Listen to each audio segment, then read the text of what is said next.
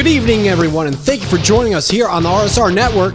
Tonight, we bring you underground racing, Daytona 200. We have 80 laps on tap for tonight. Drivers are currently qualifying. We'll be right back with the starting grid after the short break.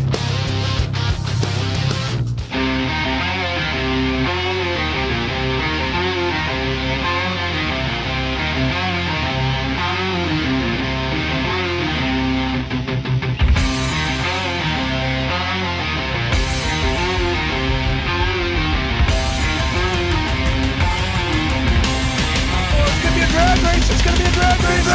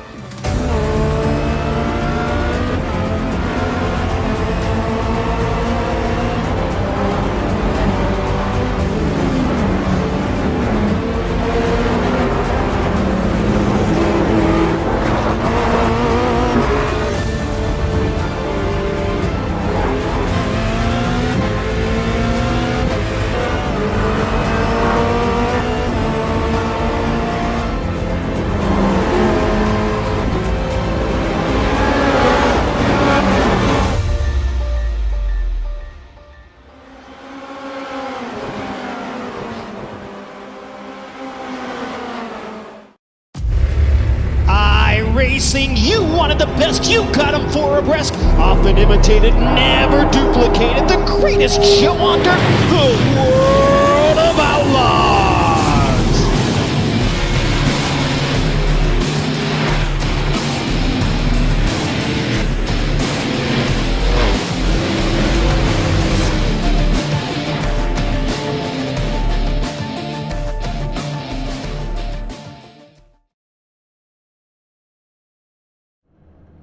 Welcome back to the RSR Network. Got the underground racing. 80 laps at Daytona. Let's get to your starting grid. Starting first with a 48.353 Marty Ray. Starting in second, Gary Champion with a 48.358. Row 2, starting third, we got Rick Seabrands. And in fourth, we got the man Roger Buff. Row 3, starting fifth, Jason Kinzer. And starting sixth, we got Robert Groover. And Garrett, would you want to take the next couple drivers here? What position was you on? I'm sorry, I was keeping people. It's okay. We're on seventh. Eighth will be Raymond West. Ninth will be Rodney Myers with a 48.443. And 10th will be Kyle Dean with a 48.454. And 11th will be Dude Conrad with a 48.466. And 12th will be Jeffrey L. Cox with a 48.515. And 14th will be Xander G. Foster with a 48.520. And 15th will be Thomas Labar with a 48.522. And Tommy Anderson with a 48.644. Let's see, in 17th, row 9, we got Gerald West. And in 9th, Zachary Hale, who did not post a qualifying time. Also with Gerald. Starting 19th, we got Michael Russell. And starting 20th, well, actually, he's not starting 20th. He's up here in the booth with me, and that's Garrett Robertson. And that will round out your field. We're going to have 80 laps here tonight. Garrett, what do you think we're going to see tonight? Just want to stay out of trouble tonight, probably. And just sit at the back is what I'd probably do for a pretty good while. See, my pick for tonight's race is going to be Roger Buff. I have been picking him in another league that I've been broadcasting. Who's your pick for tonight? My pick will be probably Jeffrey L. Cox or Frank Reese. You hear it right there from Garrett Robertson. Thank you for joining us here tonight. He's getting his feet wet in the booth here, and I think we're going to have a great race. See, we have the signal. The lights on the pace car are off. The drivers are coming out of turn 4. The flag man is patiently waiting to wave that green flag to signal the start of the race. Pace car makes a hard left to the pit road. And we are green flag here at Daytona, the Underground Racing League. See Marty Ray getting an okay start to this race, but on the outside, Gary Champion, they're door to door going to turn 1.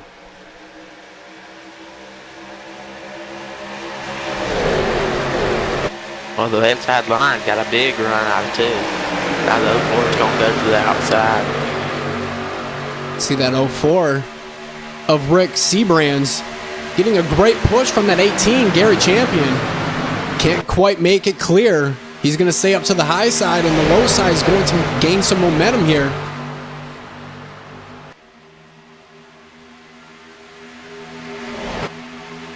So you have a couple, the top drivers there, top 8, currently side by side, 2 by 2 by 2 by 2. And so we had some contact in the back there. Not sure who that was, but everyone keeps it straight. I think that might have been Jeffrey L. Cox. Jeffrey L. Cox. Jeffrey L. Cox. See him there in that 14 machine. That Hunt's Brothers Pizza. And I sure do love pizza. Just looks like the top 8's just gonna ride together and the back of the pack just fell off. Yeah, see, we're coming to lap 3 here, completion of lap 2. So far, it's been pretty silent other than the little bump that we had earlier that was involved with Jeffrey L. Cox, your pick of the race.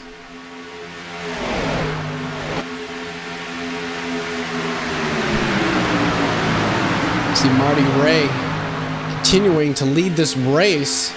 The outside, really is not much going on. They're trying everything they can.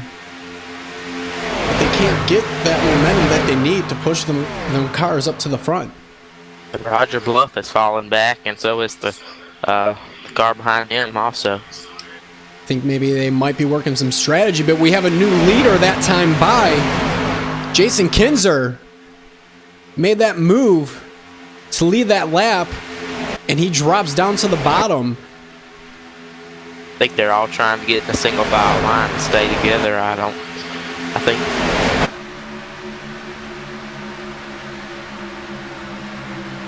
You see that 04 of Rick Seabrands.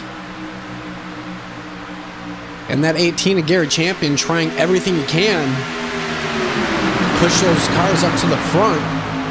Meanwhile, the drivers who were in that second pack there have now caught the lead pack. Well, here comes Roger Bluff back to get to tap into the car, second car on the outside line of the 18 of Gary Champion.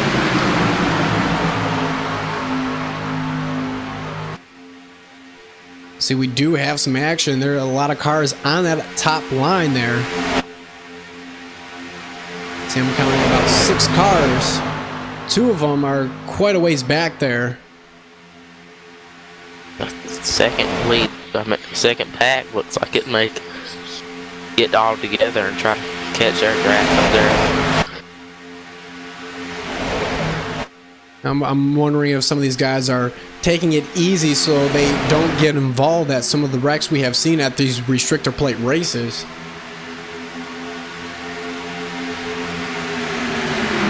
See, there is a lot of action on the track, but looks like we're going to fall back, and the 14 of Jeffrey L. Cox is going to fall back a little bit. He's down there on the inside, the Hunt's Brothers Pizzeria. I'm going to give a small plug for Little Caesars for feeding me my dinner today. The hot and ready $5 is always a good pick, but I don't have any Hunt's Brother Pizzeria around here. When I was in Charlotte a couple years ago, I made sure I got some because Kevin Harvick is one of my favorite drivers, and he was sponsored by them as well as Elliott Sadler.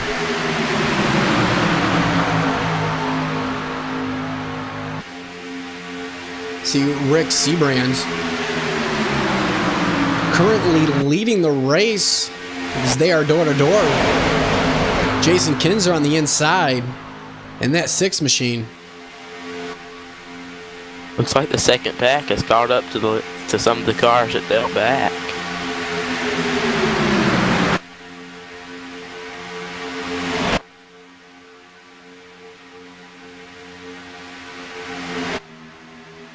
You see the last driver.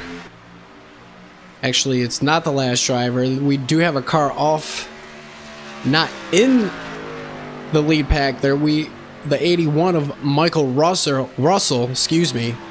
Not sure if he didn't start the race on time or if he had a little mishap that we didn't quite catch on the broadcast, but nonetheless, he is about 19 seconds behind the lead pack. And I'm pretty sure he will be lapped here just a couple of laps. They look like they're all over the place up there on the inside line. So it looks like we had a driver get a little upset there on the outside. Oh, there comes the outside line, 3 wide looks like. Some great 3 wide action here at Daytona, the Underground Racing League. 80 laps, currently on lap 9. The 5 car of Thomas Labar didn't make it 3 wide, so I guess he sat back.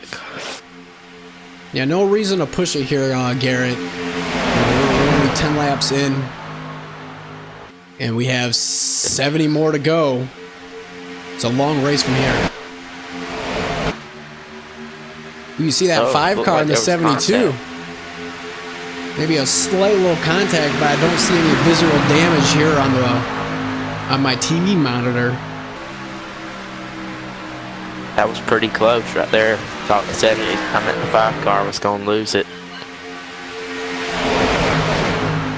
You know, one thing I'm really impressed with the racing thus far, you know, not a lot of pushing. You know, they are giving some guys some room here, and if you do catch that right or left side of that bumper, 9 times out of 10 you're going to turn the guy in front of you around. So, lots of patience here at the start of this race.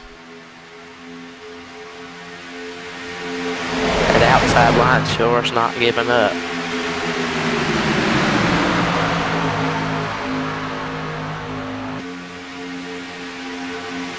Almost every single car is in this lead pack.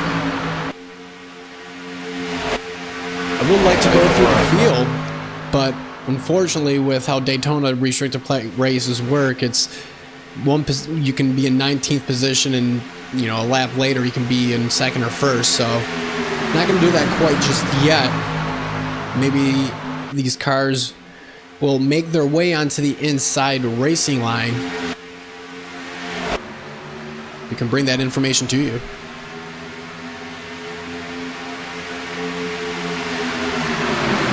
See, Jason Kinsler still out front, but Rick Seabrand, he's looking to make a push here to the front. See, Gary Champion's still trying to make it work. He's giving it all he has. Outside line looks to get a run out of 4.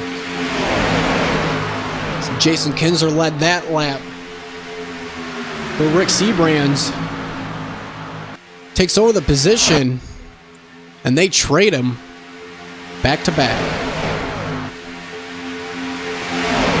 Oh, there's a little tap from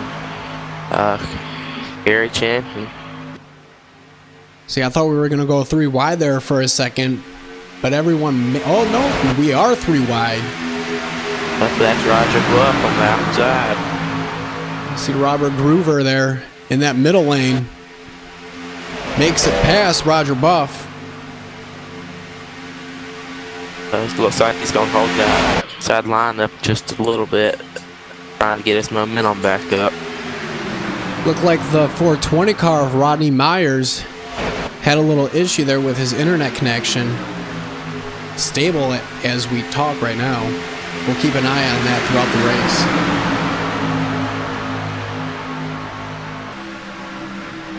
The inside line, 3rd, 4th through 5th is, or 4th through 6th has got a pretty spread out gap. Now Roger Buff comes to the inside and closes that gap.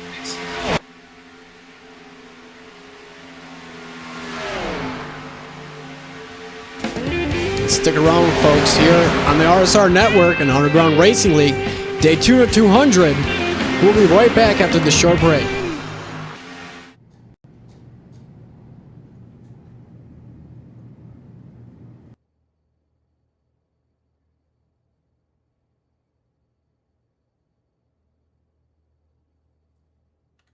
He's typing! He's typing! He's got it! He's got it! It's a new line of code! I'll get my code. The NASCAR Peak Info Series, powered by iRacing, is the premier NASCAR esports series featuring the cars and tracks from the Monster Energy NASCAR Cup Series. The 2016 campaign saw a return to the top of the mountain by Ray Alfalla as a 3-time NASCAR World Champion. The march to that championship was not easy, though, despite the fact that Ray Alfalla took home the most points in series history.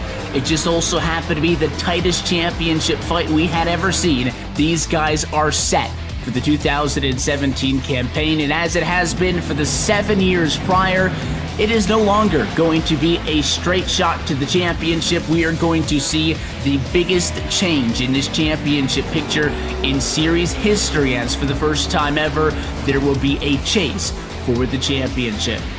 We're going to go into the Homestead Miami Speedway at the end of the season with the 4 best oval sim racing drivers in the world absolutely tied in the championship.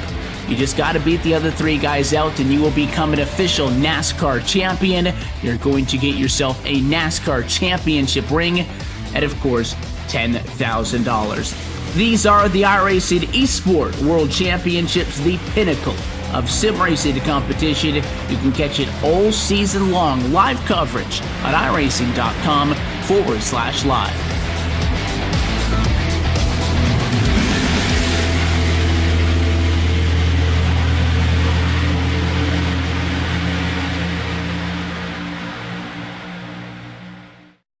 Welcome back to the RSR Network, the Underground Racing League, Daytona 200.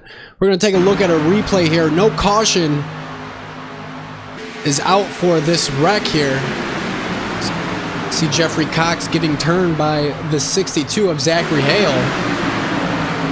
But we're going to go back live to the action. See Jason Kinzer's still in the lead. Gonna give the 65 of Marty Ray a big run right here. See that outside line. Still trying to make something work. They're working hard. Oh, looks like it. That 18 of Gary Champion looked like he was gonna take it through wide back there. And looks like we have a slow car. It's going to be interesting to see what happens here. He goes to the outside. Oh, the contact there. See, Jeffrey Cox had that incident earlier that we showed you coming back from the break. So he had a little contact there with the leaders as they went by. A lot of speed differences. I see the leader of Jason Kinzer. He had a current speed of 207. I don't know why it's saying 216. I can tell you that that is incorrect. They're going at least 204 or 205. So if they were going 216, I think NASCAR might have to say something about that. 206 right now. 207. Man, that's a lot going into turn 3. You know, for these cars going 209 miles an hour, you know, it's real incredible of how they can actually do that. Just imagine if the restrictor plates weren't on there, they were probably going at least, you know, 240 miles an hour. And that's a lot of speed. They keep it down for the safety, and it produces the pack racing that we've all been accustomed to for some years. So it does produce, you know, some great action, but sometimes you get unlucky and sometimes you get lucky. You know, you can be riding around just minding your own business and there's contact somewhere, and, you know, take for example Mark Martin at Daytona in the 5 Chevrolet Kellogg's machine. He got blindsided and his car flipped, so, you know, it's very scary when things like that happen. Come to pits. Looks like we have pit stops. Frank Reese, 34, slid his tires, got into the inside wall, coming to pits. I think it's going to be okay there. Didn't it seem like he made a lot of contact there?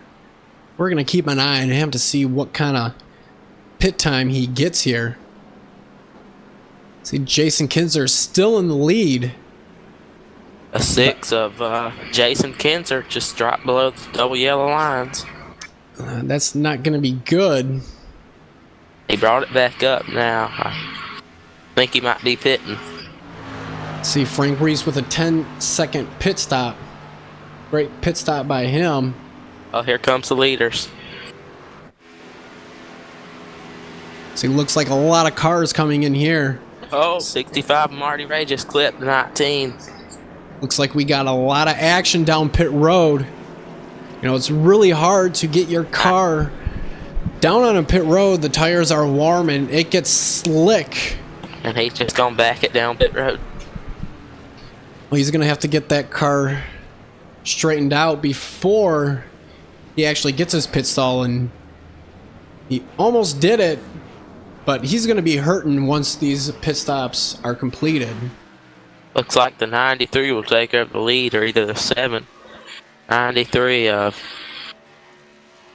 not right, 93. I thought it said 93. Never mind. See the leader, Rick Seabrands, making his way on a pit road.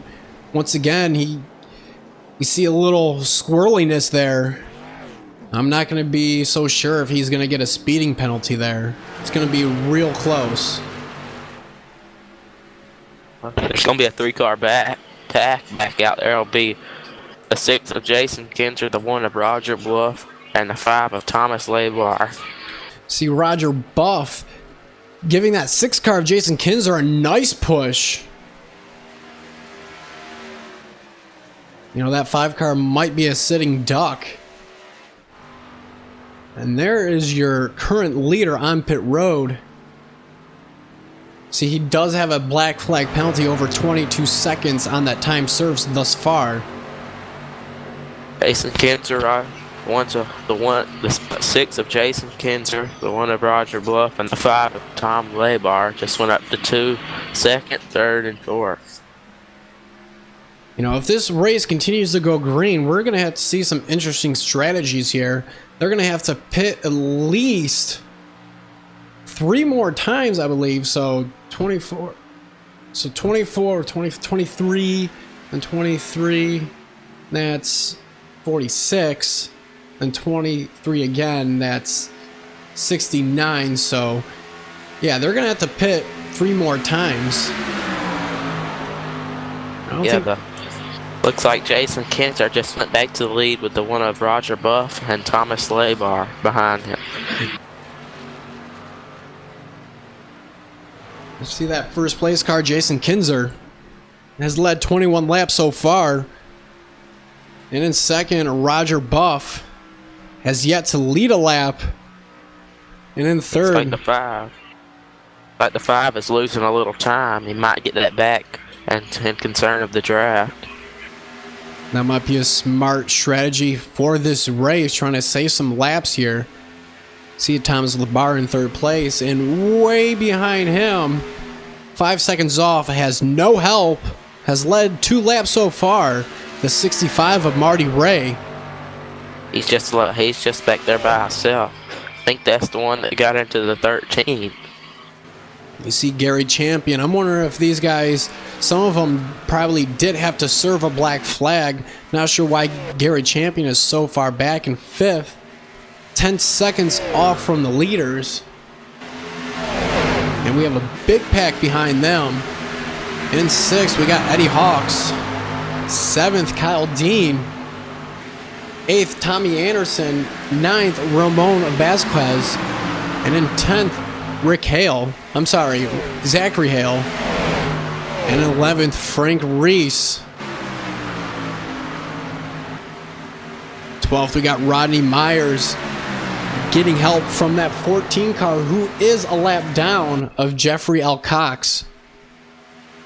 13th, he was the leader when he came down pit road, but he finds himself Rick Seabrands 23 seconds off from the leaders.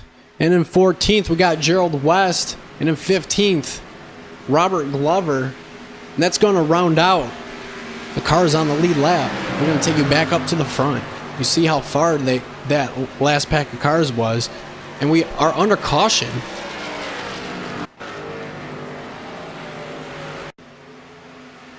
We're going to have to go back a little bit more. See, look like this pack caught Gary Champion.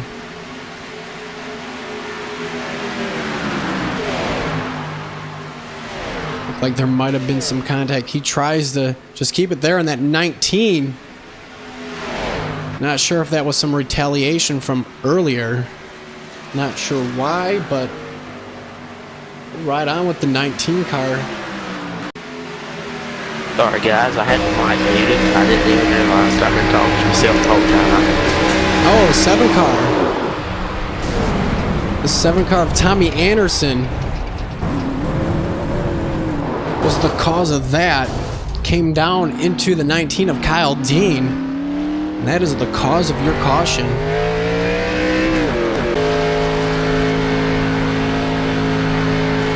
That'll put the 1 of Roger Buff up to the lead, and the 5 of Thomas Lebar in 2nd, I believe, if they don't pit again.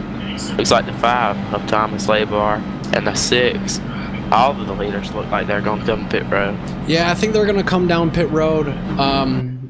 you know, you're going to want to take as much fuel as you can. These cars don't have a full fuel cell, so it's going to, or maybe they do, maybe they don't. 25 laps? 72 stayed out. Oh, he's a lap down, never mind.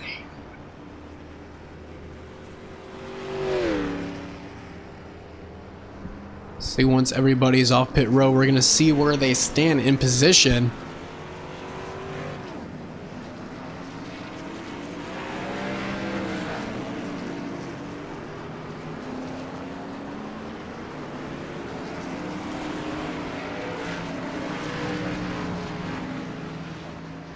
Looks like we had a couple drivers not sure what's going on. Everyone is off pit road.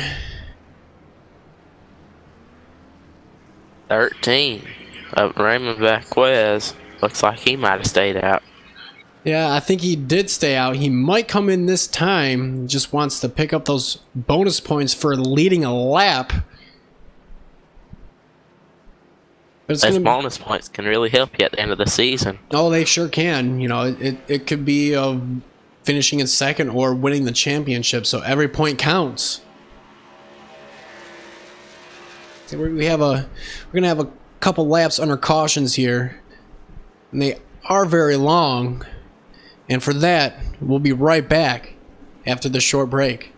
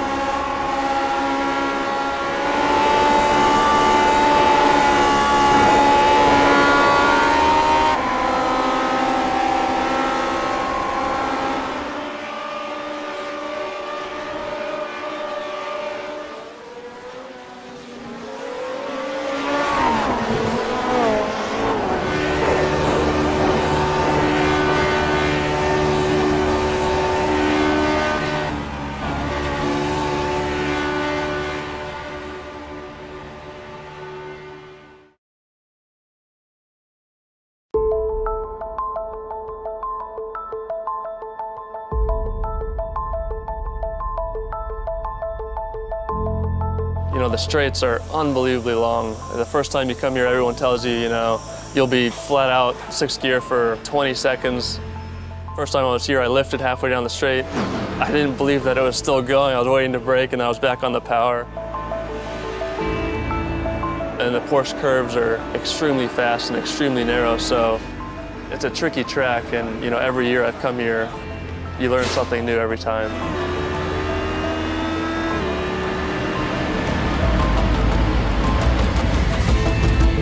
Le Mans is so fast. Wherever you accelerate, you are over 150 miles per hour. Going there, I realized everything you have done before was nothing.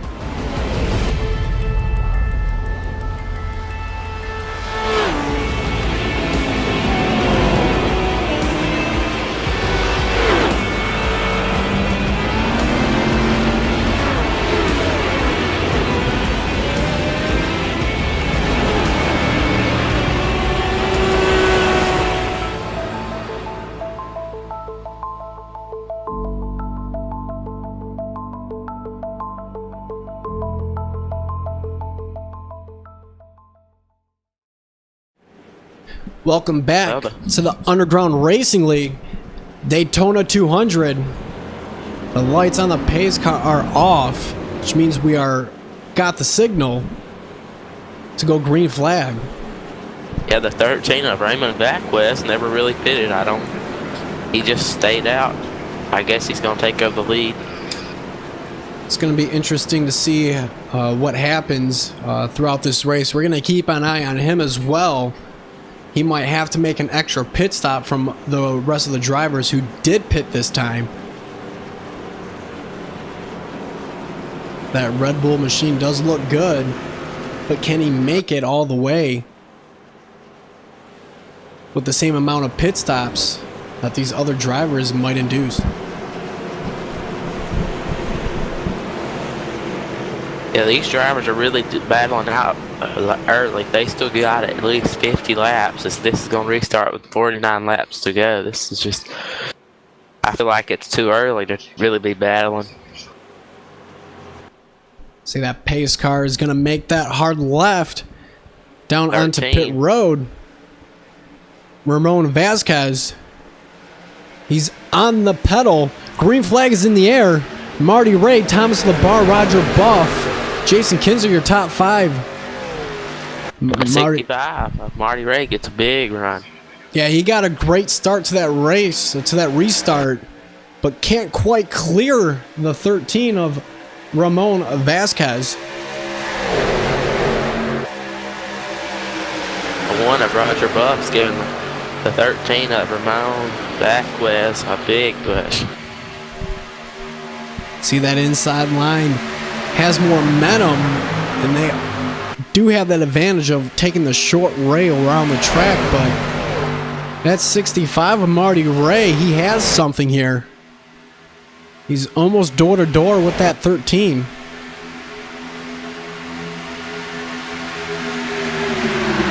They're just bumper to bumper right now, the top 4.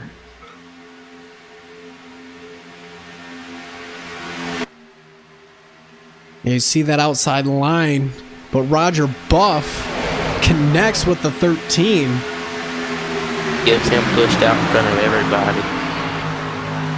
But don't count out that outside line. They gain a lot of momentum coming off the corners, but once they go into the turns, they lose a little bit.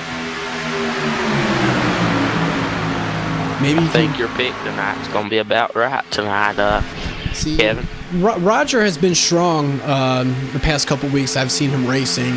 A lot of these other guys I don't really recognize, but once I start to do more of these races, I will recognize them and I will learn more about them. So, but Roger Buff, he always finds himself around the front, pretty much keeps it out of trouble.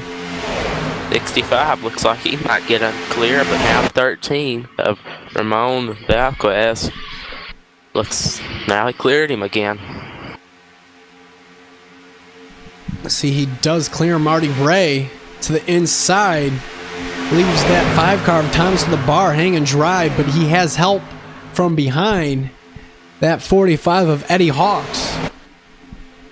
And they're going to make something happen here. The 5 of Thomas LeBar looks to get run ever since the 65 of Marty Ray came down.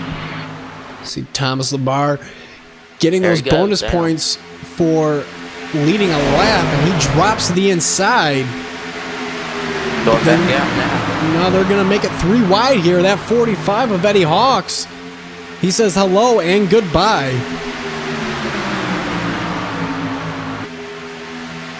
Still 3 wide here. 45 is going to allow the 65 of Marty Ray to get a big run out of turn 4, catching the draft. See who's going to lead this lap.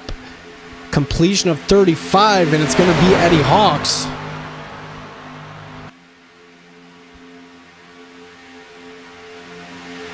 '34's got a little bit of damage on his right side, it looks like, but he might still be able to get it done here. Well, just as long as the nose is clean, you can have some damage to your right or left side, but you got to keep that nose clean. You can do it if you're, behind someone. Oh, contact! We're going to have a big wreck here. Caution's out. We have a car spinning on the top, and that is the 34, Frank Reese. See, we're going to go on board here on the replay. Drivers make it. Oh, screw wide there. We are end over end. That wasn't a good replay there. 34, it looks like he came down, and the other car looks like he might have came up a little bit. See, we'll go back here on another replay. See that Caterpillar car get into him. And that car of Frank Reese spinning on his top, like a top, basically. There's some tempers gonna be fired here tonight after this race. If it keeps going like that. Yeah, we're not even halfway yet. Only a couple of laps until we reach that point. They do have 2 fast pairs, so keep that in mind. Now, let me ask you a question, Garrett. Have you ever been to Daytona International Speedway? Yes, I have. I just went there last July. Okay, so you've seen in person of how narrow the track is, the racing surface. I've actually stood on it. Yeah, I had a chance to do that a couple years ago too at the start-finish line, and as I was sitting there, I'm like, I don't know how these guys go 3 wide, because just sitting there, it just looks like it's made enough for 2.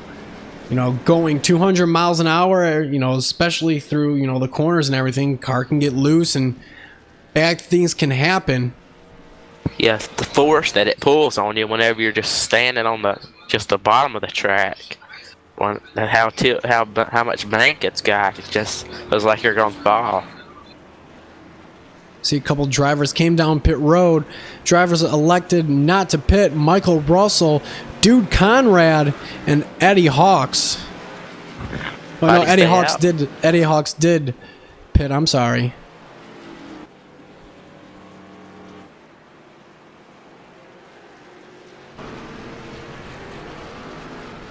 See your top 5 there. Well, that is actually not your top 5. That will refresh at the start finish line, so we're going to take that off. See Zachary Hale with the fastest lap time, 43.281, and so far 45. There has been 10 lead changes. 45 got the position off of pit road, it looks like, and the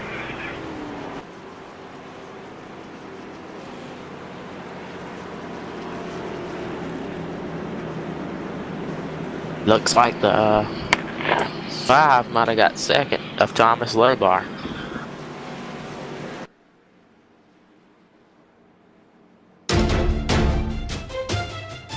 I think there's a few guys up front that might have stayed out, but I didn't really look. Just stick around, everybody. We're almost at halfway of this race. The Underground Racing League Daytona 200. We'll be right back after this commercial break.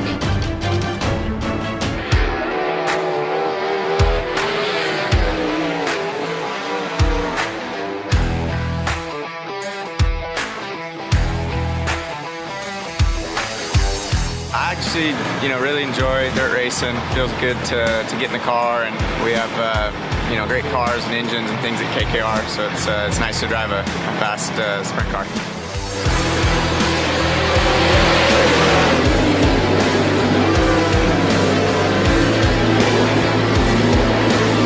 Couple of separate lines developing, 3 wide action on a turn 2. Craig Kinzer, Casey Kane, and Garrett Pittman going at it.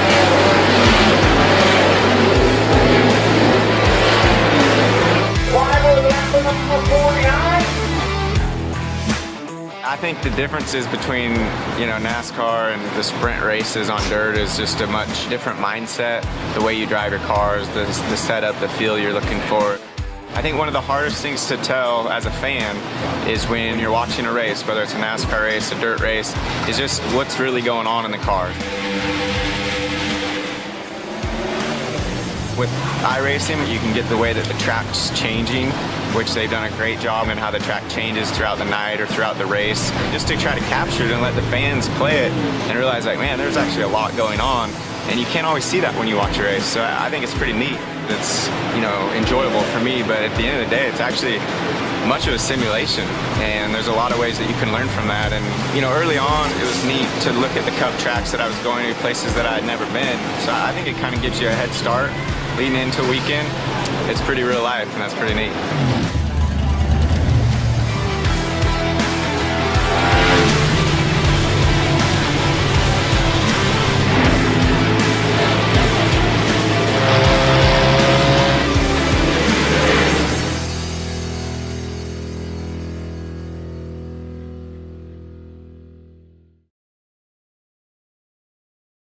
So cool, yeah. Nate, what are you working on at the moment?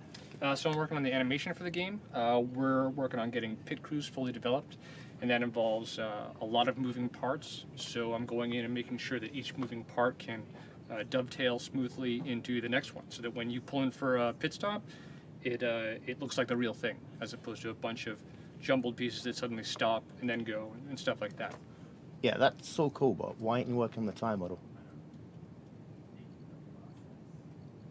Nothing?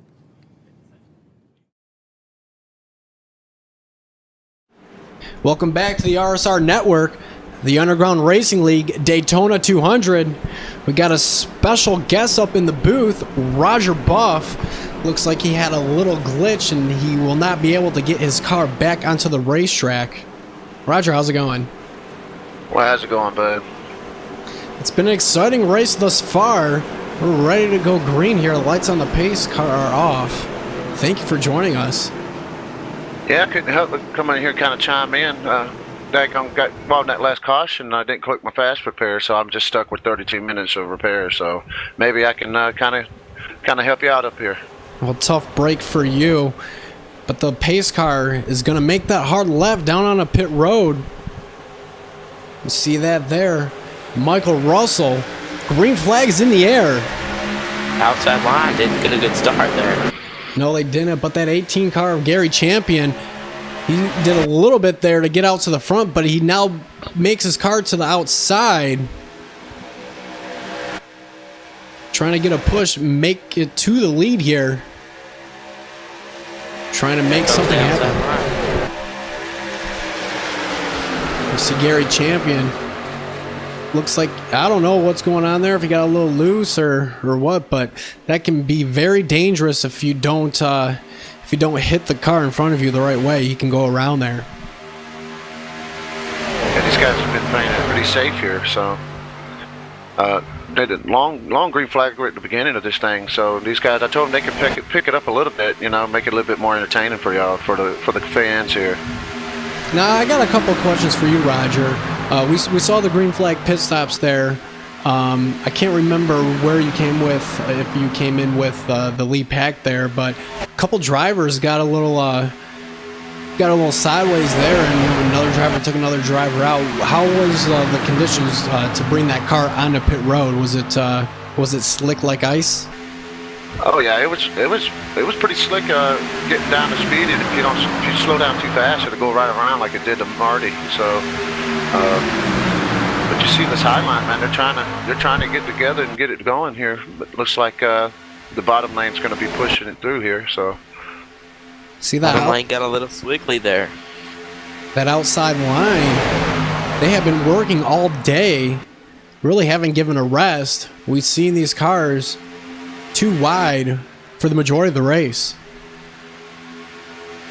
Yeah, they just you know, the outside line can work here. It's just, you know, you got to be a little bit more aggressive than the bottom. You got to, and they're just trying not to wreck anybody right now. They're trying to be careful. Yeah, there's still a lot of laps left. Just past halfway, and we have a big wreck. Oh wow! See, cars go tumbling. A lot of vehicles involved in that one. We're going to go on to the replay here to see exactly what happened. The 45 of us. Looks like two wrecks were happening at the same time, top and bottom. It's like the 45 got into the 8 a little. Bad. And you see you have couple cars that made contact, but with one stone, and they all pile up there, and a lot of cars have received substantial damage. Gonna be interesting to see. Yeah, with the fast repairs, what Roger was just trying to get out of his mouth. Sorry, Roger. I gave him 2. Usually, most leagues give him 1. I'm just gonna sit back and watch, man. I just want to just come in and say I'm out, man, and good luck with the rest of the broadcast, man. You're gonna do your job, bud. All right, Roger. Thanks for joining us. All right, holler at you. Looks like we have Marty Ray up here in the booth. What's going on, Marty? Marty Ray, this is KT up in the booth. You got a copy? And if you do, just open up your mouth and we can talk. I see Michael Russell in the lead right now. They all come to pit road, it looks like. The ones.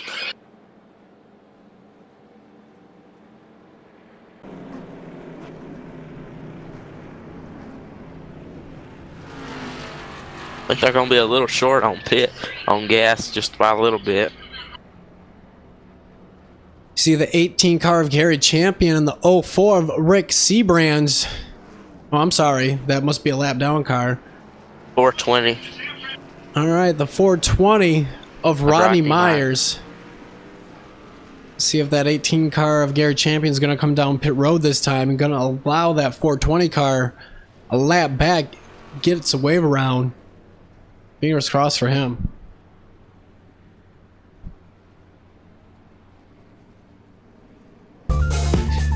Stick around. I know these commercial breaks are a little bit, but I guarantee you the end of this race, it's going to be a photo finish. The Underground Racing League here on the RSR Network.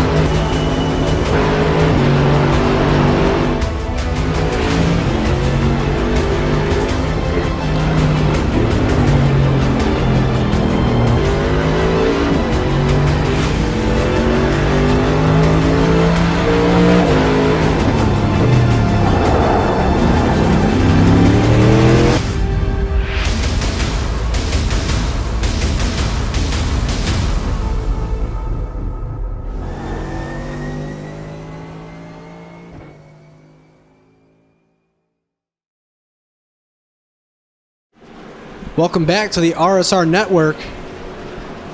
See your leader, Gary Champion, elected not to pit. Looks like he is trying to save some fuel here. He is clutching it as we are under caution. The lights on the pace car are off. Drivers getting ready to restart this race. Coming in on the closing laps of this race here at Daytona. Yeah, I was sitting in on the car. I was on his car view, and I noticed something was cut. He was cutting his engine off. I guess he's trying to save fuel the whole top 5. See that pace car makes that hard left. Green flags in the air. Gary Champion, Rick Seabrand, Thomas LeBar, Michael Russell, and Kyle Dean, your top 5. And outside line sure ain't got a. Looks like it's only got 3 cars in it, but it cleared. The first car clears. The 18. I think that might have been a strategy move there for the 18 of Gary Champion. If you're the leader, you're going to be using more gas. He's clearly trying to save some, gets behind them. Trying to save as much fuel as he can. Up there comes the 81, it looks like, of Michael Russell. And that 19, Kyle Dean. He was lucky there. Looked like he was getting close to that left side of that bumper there. And that could mean danger for that 81 car of Michael Russell.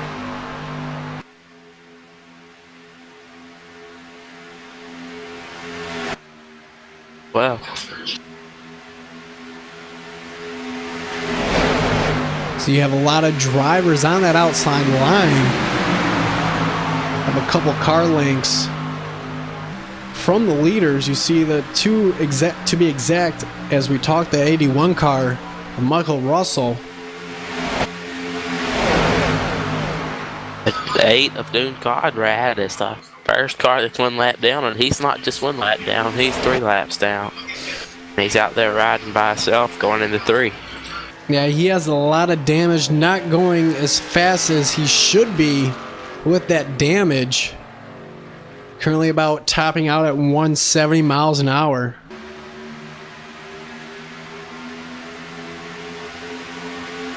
See, back up to the lead here. Looks like Duke Conrad, he's going to make it down pit road. We're going to take it back up to him. He might have used both his fast repairs. Yeah, them wrecks sure can hurt you here at Daytona and Talladega. So up the reckon. 81 got spun by the 19 of Kyle Young. Oh, massive collision here. Whoa. You see the carnage that has happened there. Quick to the camera cut. See, we'll go on to the replay here. Not sure exactly what happened, but Garrett, he saw a lot of it. See that 19 car gets onto that left side of that bumper, and what did I tell you, Garrett? Danger can happen, and that's exactly what happened for these drivers. Couple drivers blowing engines. And it Couple might flips back there by the 11 car.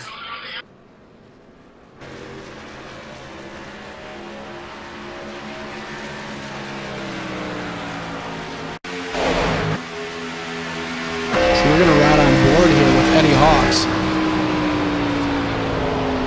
See cars going over and over and over, and he gets into it. Not a lot of damage, but it's going to be enough to impact his car. Big lift. I think the 18 might have missed that by just a little bit. He did get touched a little bit, but he was able not to get caught up in it. Very lucky for that 18 car of Gary Champion. I think he's going to make his... No, he's not coming down pit road. Once again, everyone else did pit. Let's see if we can get Gary up here in the booth. Gary Champion, this is KT up on the booth. You got a copy.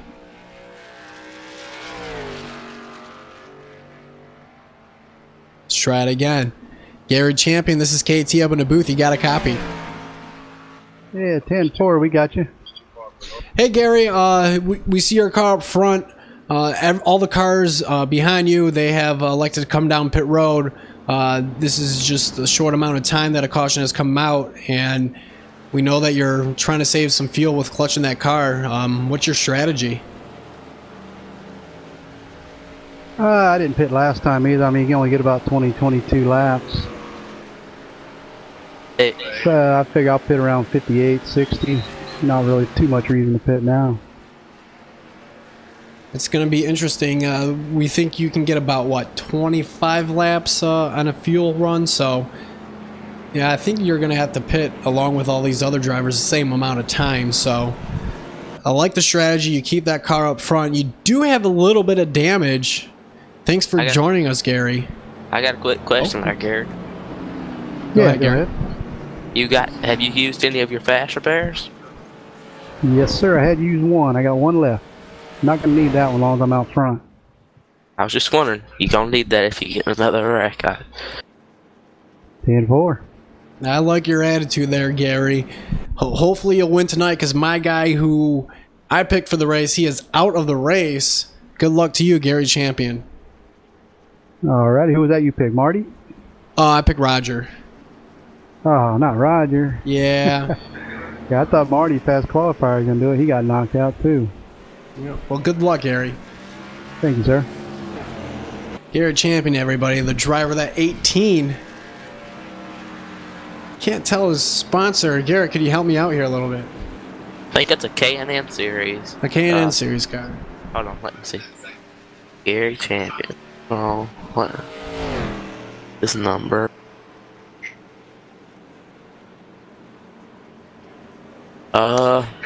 K&N West Super Speedway Series. There you go, that K&N car Super Speedway Series.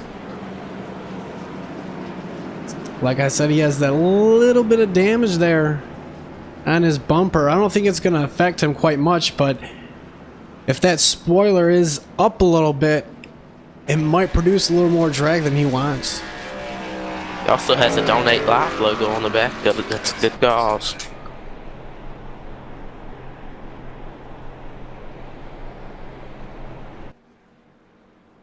Looks like he's riding on the apron. Yeah, he's trying to save that fuel. Trying to keep that gas in the center of the fuel tank.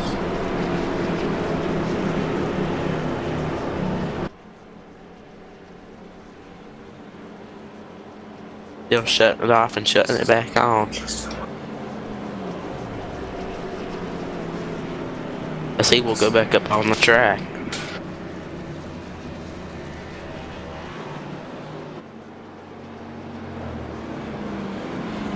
Look at the 420, man. He's came all the way from a lap down, all the way up to third. He might be a man to look out for at the end of this race. See, the lights on the pace car are off, which means we have the signal to 1 to go. Back to green flag action here in a short moment.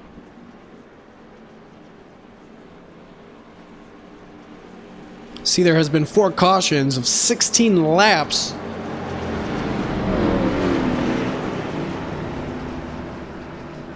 Looks like everyone's car is pretty much clean. A couple of fast repairs being used there for sure.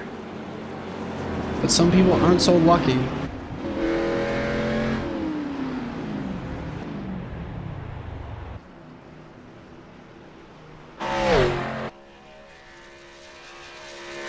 Kyle Dean. He's going to be your last car on the lead lap.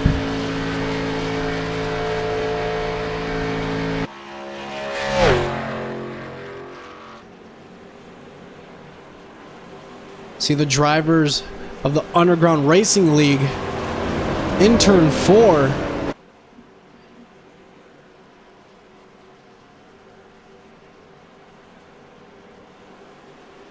See the pace car driver, Mr. Bodine.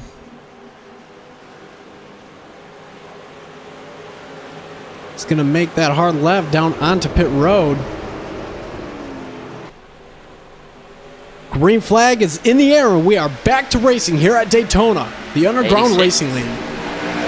86 just shot to the outside right whenever the green flag flew out. I don't know if that'll be a black flag.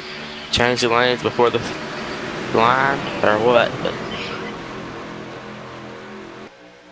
the 14 of Jeffrey L. Cox shot down to the inside lane just then in turns 1 and 2. See, he finds himself back up here with this lead pack. Looks like he has a little bit of nose damage there, not a lot. But maybe it's just my perception. 19 kind of sitting. Kind of got a little bit of damage back there. I don't think he has enough to catch up. I think he's got a lot of damage to the rear.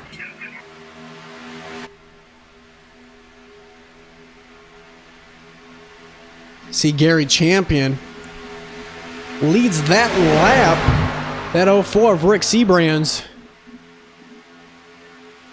giving him a push as they are maintaining that lead, but the 420 of Rodney Myers on that outside getting a push from Thomas Labarre.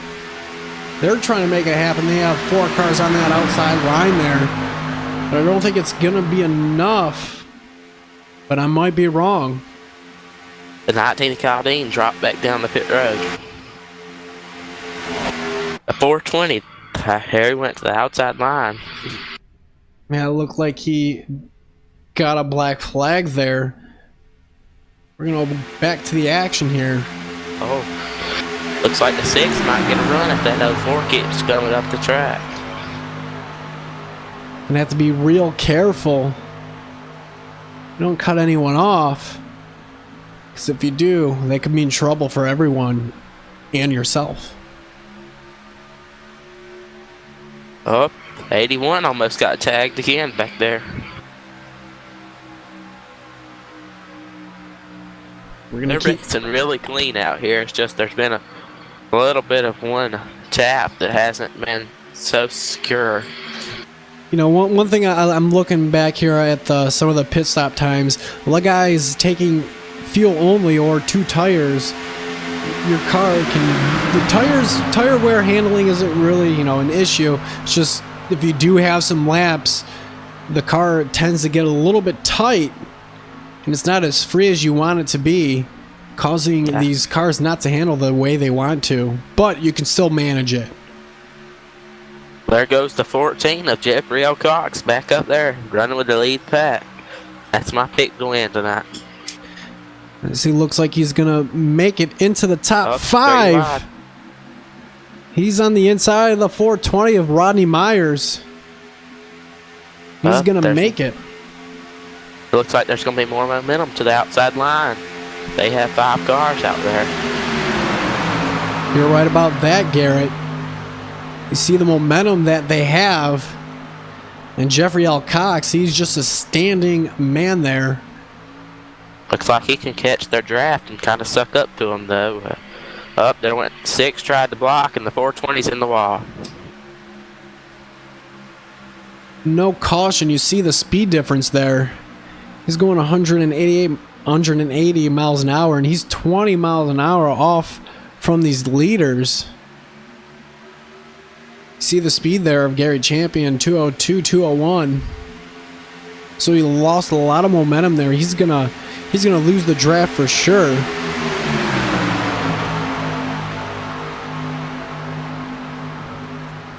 Oh, thought they was about to wreck back there. That was all over the place.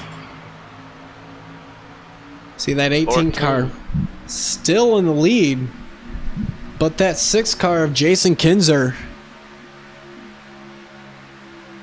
he has a great push. 14 looks to be side drafting a little bit. He's kind of lost. Kind of catching the draft a little bit. It looks like he's got a little bit of left rear damage and a little bit of front damage. It looked like he might have got a little bit more there, but gotta keep it clean. And if you want to possibly win this race, like I said, you can win with some damage, but gotta keep that nose clean as much as possible. The inside line's a little much spread it out than what the outside line is. The outside line's pretty tight. So you have 3, 4, now a couple drivers join the inside lane. I just got a message from one of the racers saying, sounding good up there, buddy. Must be doing a pretty good job. There you go, Garrett. And once again, thank you for joining me. Yeah, I really do appreciate it. And shout out to Dude Conrad. What's up, dude? See, Jason Kinzer making a statement here. Looks like that inside line's going to be able to hold your line. With the only 2 cars, they must be have some pretty strong momentum going. Up, 6 has got a little bit more momentum out of 2. See, I wonder with that outside line having more cars hooked up. You see, yes. Oh, contact. That 5 car wasn't quite clear, and there was some neck hold there, and that 5 goes around. Oh, no. Jeffrey got in that. Yeah, there was some definite net code in that one. The cause of caution here at Daytona. We're going to go on board here with Thomas. You see it just goes around. It's hit. See, we're going to take another look at it from another perspective. I say we should bring Dude Conrad up here and tell him things. Let's get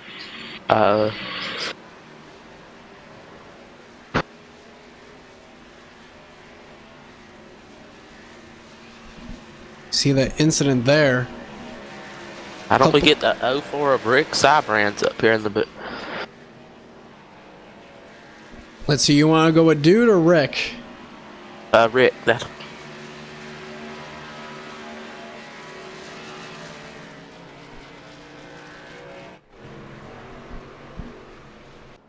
Let's see, I don't think these drivers made it down pit road yet. We're going to wait until they pass pit road before we bring him up here.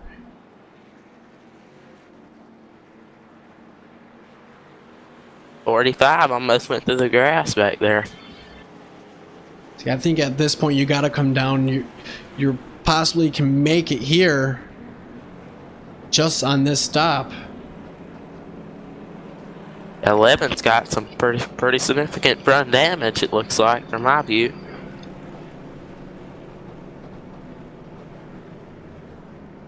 Of Robert Rubber. Running P5 right now, P5. See, that 18 of Gary Champion makes it off pit road first, and Rick Cybrands. A quick repair, so it must not have been anything. Well, Rick Cybrands, this is KT up in the booth. You got a copy? Yeah, 10-4, loud and clear. Hey man, you've been up in the front of this race. You know, pretty much clean for you. What's your strategy for the rest of these closing laps here? I'm going to tell you what, you're going to need help for sure. The Jack Daniels Chevrolet's been fast all night, but you're definitely going to need a little bit of help, man. You got to judge your run properly, get on the outside, and if you got a friend that'll stay tucked up underneath you long enough, you can. That's how you're going to win one of these, man. But just got to say thanks to Jack Daniels, DirecTV, everybody involved in this team. We've had a real fun night tonight. This has been a blast. I got to ask you a question. Did you take fuel only there, or did you take some rubber? We just cautiously took lefts. I mean, we haven't seen a whole lot of tire wear tonight, but I don't know. We just took lefts there just to make sure. We were going to take a full fuel load anyways. I think we gained a spot still, so yeah. I mean, we're just trying to maintain track position. I don't want to be in the back at this point. No, not now. Yeah, I hear on that one. And Gary, is there anything you want to ask Rick? You used any of your fast repairs yet tonight? I haven't. We have 2 left. We've been up front. It's been pretty clean up front. We've had to miss a couple, but you know, driver awareness around us has been fantastic tonight. I got to give my hats off to those guys. Yeah, we've been lucky and made the right moves all night. Hopefully, we can do it here for another 15 laps, 25 laps. That'd be perfect. Yeah, I was the one that wanted to bring you up in the booth. I appreciate your time. Thanks, guys. Have a great race, or have a great broadcast. Yep, thanks, Rick. Good luck. Look at who made it back out on the track. One of Roger Buff. Yeah, I see that, and it looks like he is going to get his quick repair. See, he's got a brand new car. He is 27 laps down in 17th place. Roger Buff back out on the track. Well, this is going to be some pretty interesting racing if they don't all wreck up here. They've been pretty clean all night. I just don't know. They get pretty aggressive at the end of these Daytona races. There's going to be about, I want to say, 14 laps left when they get the green flag. This is just an estimation. You know, it's going to be go time. Drivers are going to be less patient than what they were at the start of this race. We did see that throughout the race, and Rick did just mention that over the chat. So props to the guys who, you know, were being patient at the start of this race, but now I think, you know, you got to flip that switch right now, and you got to, hey, I can't wait anymore. I need to get my car up to the front. Yeah, most of the drivers just working on that right now, but heck, all the cars that's been took out tonight, you ain't got to worry about that. So we had a couple cautions thus far. Gary Champion is your leader, and in second we got Rick Seabrands. We're going to run through the field here real quick. Third, Eddie Hawks. Fourth, Jason Kinzer. Fifth, Rodney Myers. Sixth, Robert Groover. Seventh, Zachary Hale. And in eighth, we got Michael Russell. And the last car on the lead lap is the 86 of Gerald West. Thomas Labar, he was running up front pretty much. Some earlier in the race, he's 2 laps down. Yeah, it looks like he's still on pit road receiving some fixation from his crew team. I don't know. We've seen that 45 move some few people out of the way here in this race. He might try to move that 18 out of the way. The lights on the pace car off, which means we are 1 to go. Getting ready for the restart of this race. See, it's going to be it is going to be 14 laps to go when that green flag is dropped here at Daytona. The Underground Racing League. It's been a great race so far. And I'm hoping for that guaranteed photo finish. I look at all the cars. It's on the inside. I don't know if they all have damage, but the 11 seems to be sitting back a little bit. Looks like he's going to catch him. That pace car makes that hard left. We are back to racing. Green flag is in the air. Gary Champion. Outside line. Get a good start. Up.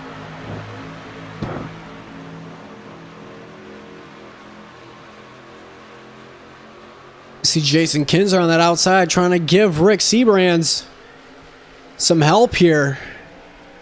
Side drafting.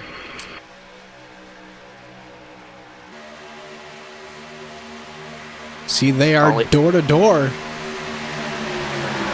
There's only 9 cars left in contention to win. And if these cars behind the top 5 here, they're going to want to get single file here. And there's not going to be too many laps left here. So you need to get that car up to this draft. Make sure you don't lose it. Look at Roger Buff getting that run. Coming behind the 11. I don't know. He's trying to help him, it looks like. See, at this point for Roger, I think he's just running some laps here. He can gain a lot of positions. I believe he can get up to the 14th position. I think the 86 might sit back and help them 2 cars. I'm sorry, it might be the 13th position he can gain. But at that time, he can still help someone and push someone to the win here at Daytona. Side drafting's taking an effect right now. It looks like the sticks and the 04 are both side drafting.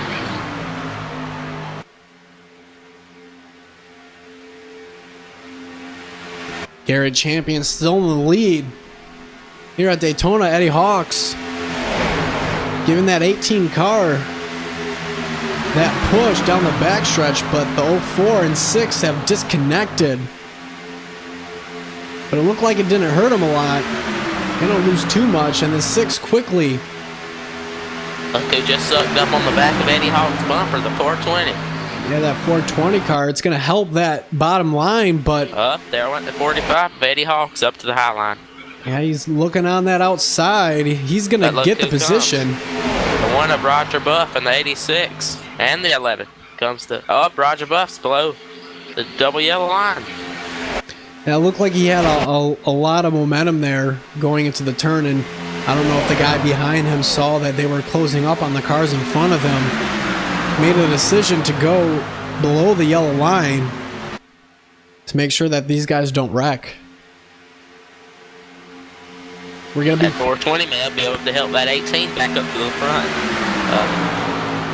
The 86 might catch the 420's draft. We're going to be 10 laps to go when they cross the start-finish line. Eddie Hawks in the lead. But whenever they're drafting like that, the rear tires are being lifted off the ground, so that might get a little loose. Yeah, you don't want that to happen to you. You know, that's just, it's not going to be a good thing. You see that 18 getting real close to the bumper of Rick Seabrands. That's what I'm looking at right now. That I sure hope we don't lift them up too much. And that outside line not making anything work for the moment, as you see that car of Gerald West hops onto the outside to give that lane some help. Inside line has the momentum. See a quick blink there from the 420. Rodney Myers. Sorry, what was she saying? That 6 car of Jason Kinzer making a great run down the backstretch, getting help from the 11 of Robert Groover. And once again, not enough momentum, and they're gonna get it here. Coming into the tri-oval, Jason Kinzer leads that lap. We are 8 to go here at Daytona, the Underground Racing League. There goes the 18. Looked like he was going to go to the outside line. Did he change his mind? 86. There he goes. Oh, that was a close call there. That 45 got lucky that the 04 lifted. Could have been trouble for that 45. And you see, 45 loose. Looks like he might save it. What a save. That was Kyle Busch-esque right there. Remnants of a night race at Daytona. The 420 is still back there. That 11's got a little bit of left side damage, it looks like. Did not expect that to happen here at Daytona. And it's going to be a 3-car race to the finish here. That 420 car of Rodney Myers, he is off from the draft. I don't think he's going to catch them. The only way he's going to do that is if the 86 checks up for him, or if the 45, the 18, and the 04 catch him. But I think they're going to run out of time. The 6 of Jason Kinzer keeps coming off the double yellow line. That might give the 11 some clean air and give him a run. You see that 11 car right on that bumper. We've seen the trouble that has been caused if you don't get on that bumper the right way.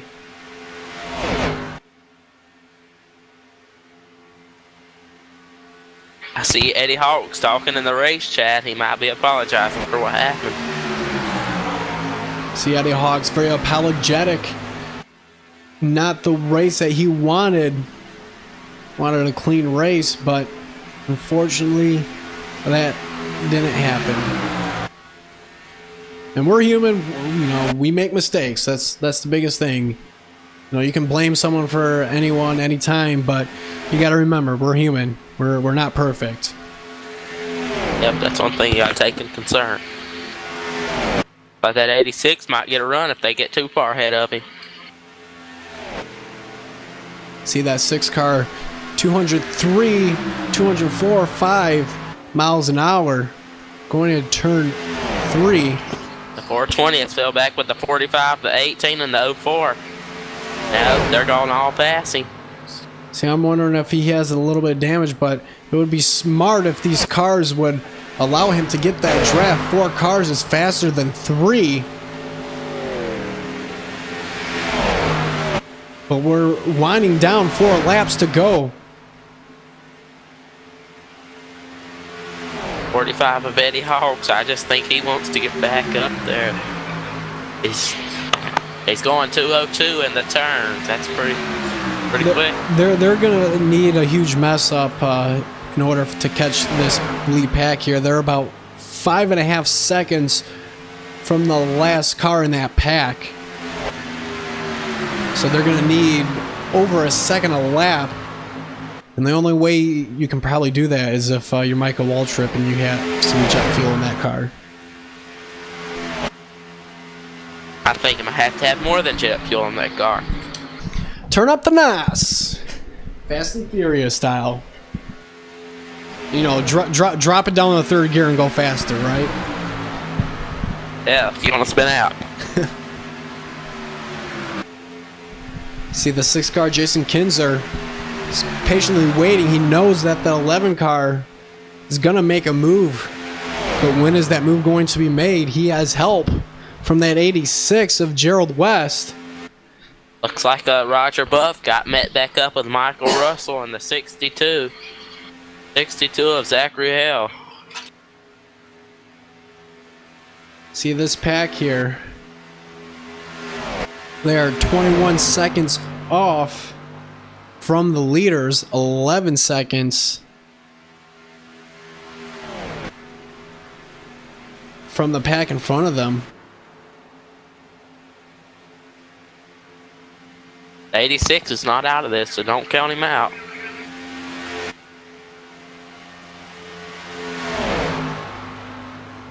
Yeah, it's not going to be the race that these cars, the Eddie Hawks, Gary Champion, and Rick Seabrands wanted. But the white flag is in the air here at Daytona. 86 and the 11. They might go together. Who knows? Final lap here at Daytona. Jason Kinzer, Robert Groover, and Gerald West, your top 3, battling for the first place position and the win of this race. Yeah, 2 final turns to go on the back straight here at Daytona. No move yet, no indication that any move will be made.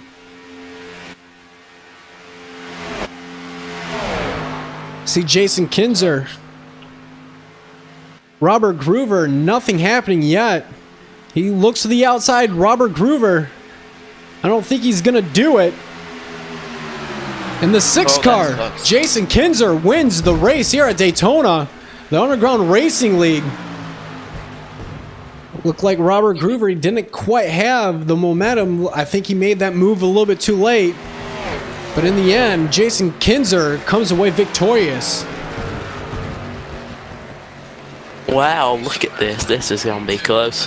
This was closer. He kind of side drafted him right there at the end. That was pretty close. See if we can get your results up on the screen. And in first, the winner, Jason Kinzer. And in second, we got Robert Groover. In third, Gerald West. Fourth, Eddie Hawks. Rounding out your top 5, Gary Champion. And in sixth, we got Rick Seabrands. In seventh, Rodney Myers. Eighth, Zachary Hale. Ninth, Michael Russell. And rounding out your top 10, Thomas Labar.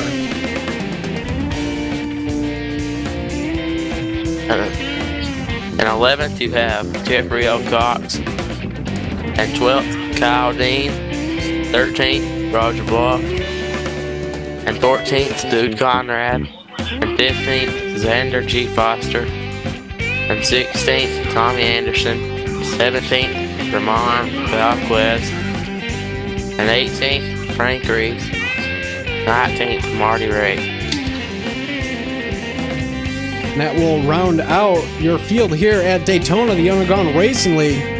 We'll see if we can get some drivers' interviews right after this short break.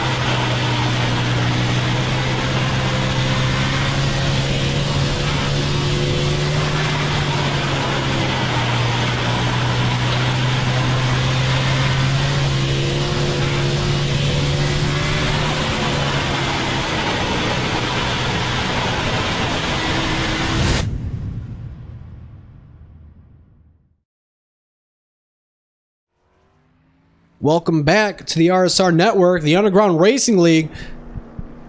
The Daytona 200 has been concluded. We have some driver interviews. We have the second place driver, Robert Groover. He had a great race. Tell me about it. Well, it started off kind of rough. I think I got in the first 3 accidents. Luckily, we had 2 quick fixes, so I was able to save the last one for the end. And then got behind my teammate Jason Kinzer, and I told him with a couple laps to go, I think it was 10 or 15 to go, I'm with you, bud, and let's go get it. And unfortunate what happened to Eddie and those guys. I haven't seen the replay yet, but that was a blast. That was a blast. No, it seemed you made a little, the move there at the end. To me, up here in the booth, it looked like it was a little late. Do you think if you would have made a little bit, an earlier peak out there on the outside, do you think you might have picked up the victory here tonight?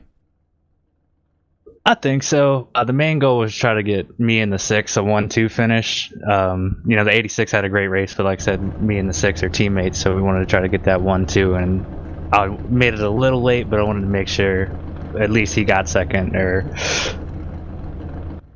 Well, you do finish 1-2.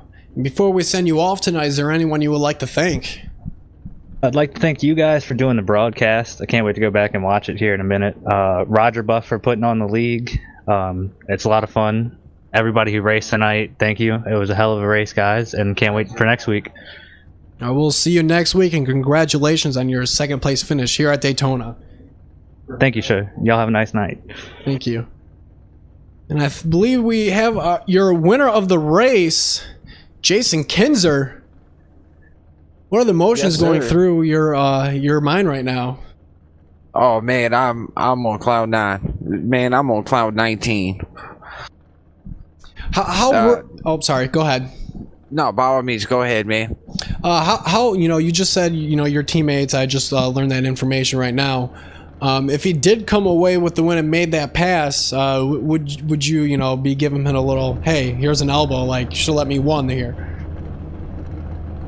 I wasn't gonna make it easy for him whatsoever, but I knew if he was gonna try to make that pass, he was gonna hold me down, so I couldn't make any mistakes either. So he's a real good driver, and he's an awesome teammate, man. He stuck with me through the whole race.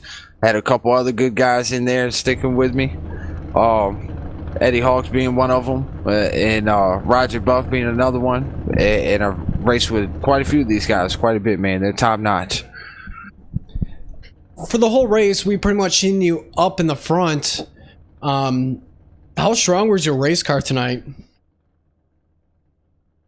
I'm sorry, could you say that one more time? We saw your car up in the front majority of the race. You were up in the lead, I would say, majority of the race. How strong was your race car tonight? Oh man, it was unbelievable out front. It just seemed like that's where I wanted to be all night. I went back in the pack a little bit under some pits there, and it just didn't like being back there at all. And it seemed like anytime somebody got behind me and I had clean air, man, that thing just wanted to be a bullet and take anybody with me to the front. Now talk about the green flag pit stop that we had tonight. Did you run into any trouble? We've seen a couple drivers. They got their cars a little mishandled there, but looks like you pretty much kept it clean.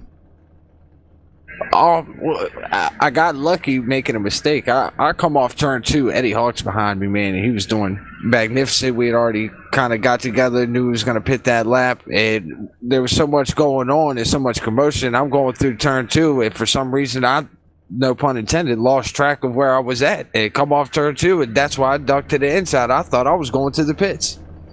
And luckily, there was a little, I guess, skirmish in front of me once we did actually get on pit road. And maybe if I was up there, I could have been in it, and I might have saved myself. See, bad mistakes turn into good luck, especially winning this race. And before we send you off tonight, is there anyone you would like to thank? Yeah, I believe the name's Jason and Adam Eisenhower's helping Roger Buff in this league quite a bit, man. I got to give them a shout out. Roger Buff putting on the host race and everything else, man. Trying to put practice races up for people to get seat time. Got to thank y'all for great broadcasting. My team, man, Robert Groover pushed me to the win there, 100%. Well, thanks, Jason. We'll see you next week.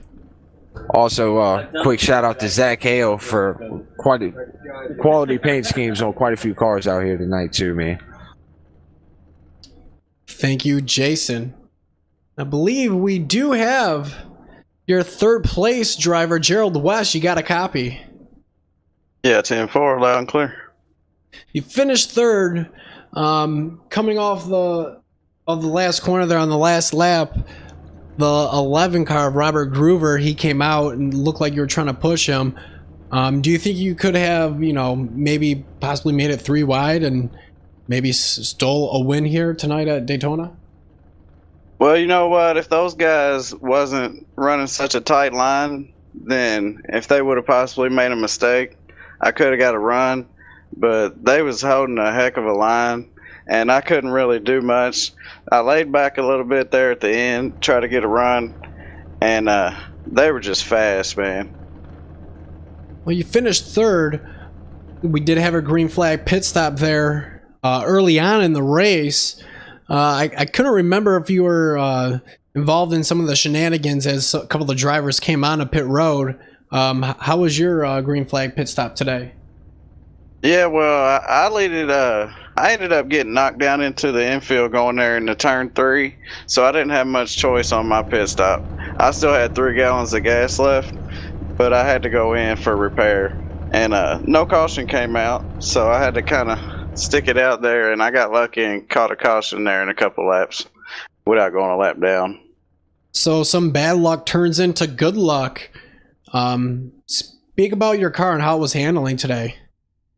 Well, for the most part, I rode around in the back, and I had a lot of patience because I knew there was going to be some accidents, and I didn't want to get caught up in too many. And I wanted to run up front with those guys, but it's kind of sketchy up there, especially with 80 laps. So I kind of rode around in the back a little bit, and I got lucky and missed a couple wrecks, and it turned out to be a good thing. So a great race for Gerald West. Some miscalculations turns into a third place finish. And before we send you off tonight, is there anyone you would like to thank? Oh yeah, definitely Roger Buff and the Underground Racing Association. Man, he put on a good race tonight, and I couldn't thank him enough. And my team, the American Sim Racing Outlaws, and anybody that was in the race tonight. And hats off to the winner, man. He was bad fast, and I'd like to thank y'all for doing the broadcast. Did an excellent job. We love the racing too. Thanks, Gerald, and we'll see you next week. Thank you. This has been your coverage of the Underground Racing Association here at Daytona on the RSR Network. I'm Kevin Trzynski, and alongside with me in the booth, Garrett Robertson. Good night, everybody. Good night. I would like to thank Random Sim Racing for allowing me to be up in the booth tonight. Oh, you're very welcome there, Garrett, and hopefully we'll see you in the future. Appreciate it. Y'all guys, thanks for watching. Introducing a whole new form of racing to the best online racing simulation in the world. This is Dirt Racing on iRacing.com. Race online at some of America's most legendary dirt tracks, including Eldora and Williams Grove. iRacing is the premier online racing game featuring NASCAR, IndyCar, sports cars, and now World of Outlaws, the leading sanctioning body for dirt racing. iRacing is easy to use and features a centralized ranking system to make sure you have the best experience at any skill level.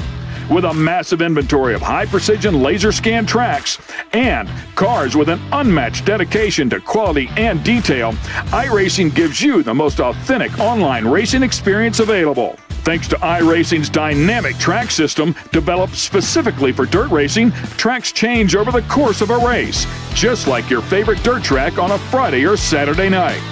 From a slick racing groove all the way up to the cushion, iRacing's dirt tracks deliver non-stop racing action. Partnered with the World of Outlaws, iRacing is your source for the most authentic dirt racing experience available, featuring 4 brand new tracks and 11 new cars, including street stocks, Legends cars, late models, NASCAR trucks, winged and non-winged sprint cars, with much more on the way. Join the Dirt Revolution on iRacing.com and start slinging mud today.